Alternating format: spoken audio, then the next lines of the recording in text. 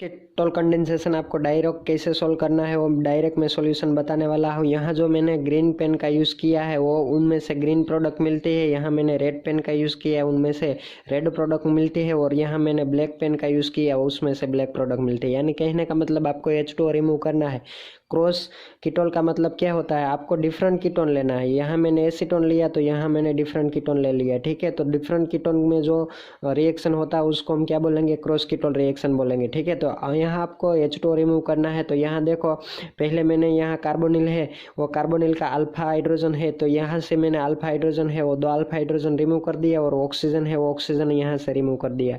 तो रेड वाला जो आप पहले रेड वाली प्रोडक्ट में आपको समझा दूं कि रेड वाली प्रोडक्ट में क्या होता है कि देखो ये मैंने CH3 तो यहाँ रहता ही है, ठीक है। यहाँ से ऑक्सीजन आपने रिमूव कर दिया तो यहाँ डबल बॉन्ड है वो डबल बॉन्ड प्रेजेंट है, तो मैंने यहाँ डबल बॉन्ड लिख लिया।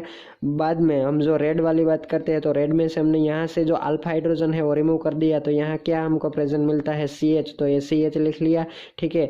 और कीटोन यानी कार्बोनिल का जो भी ग्रुप है यहाँ प्रेजेंट है तो मैंने CO लिख लिया। यहाँ CH2 प्रेजेंट है तो CH2 लिख लिया, CH3 प्रेजेंट है तो CH3 लिख लिया, ठीक है।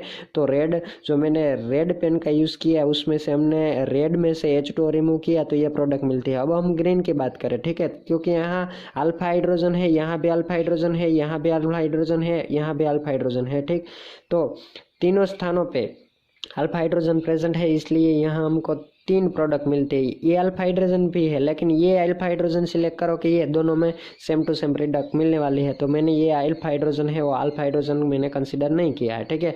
रेड के बाद हम ग्रीन की बात करें तो यहाँ से हमने 2 अल्फा हाइड्रोजन है वो रिमूव कर दिया, तो आपको यहाँ ये प्रोडक्ट मिलती है CH3 CO, ऐसे ही आप लिखो। यहाँ से 2 हाइड्रोजन रिमूव हो गया तो यहाँ 1 हाइड्रोजन प्रेजेंट है, इसलिए हमने CH लिखा।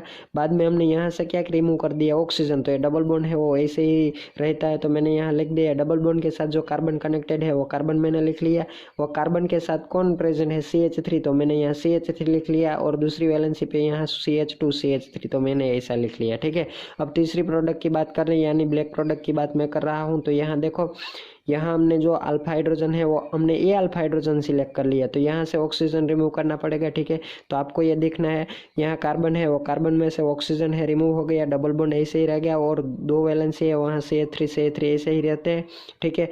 उसकी बात हम करें तो यहाँ से हमने क्या किया है, तो क्या हमने यहाँ से अल्फा हाइड्रोजन है वो तो आगे में यहाँ कहने का मतलब यहाँ से अल्फा हाइड्रोजन आपको रिमूव करना है, तो अल्फा हाइड्रोजन रिमूव करोगे यहाँ से तो आपको यहाँ कौन मिलता है, यानी कहने का मतलब है यहाँ CH है वो CH2 था तो उसमें से 2 अल्फा हाइड्रोजन रिमूव हो गया, तो यहाँ 1 ही कार्बन है वो आपको मिलने वाला है। तो उसकी 2 वैलेंसी यानी 2 वैलेंसी में पूरा का पूरा ग्रुप यानी COCH3 मिलेगा, और दूसरी वैलेंसी पे CH3। कहने का मतलब ही है ये जो रेड ग्रीन एंड ब्लैक जो मैंने पेन का यूज़ किया है वहाँ से हमने H2O है वो H2O निकाल देना है, तो आपको जो तीनों के तीनों प्रोडक्ट है वो मिल जाएगी। और यहाँ आपको क्या प्रेजेंट होना चाहिए, बेस प्रेजेंट होना चाहिए। ये है क्रॉस कीटोन कंडेंसेशन।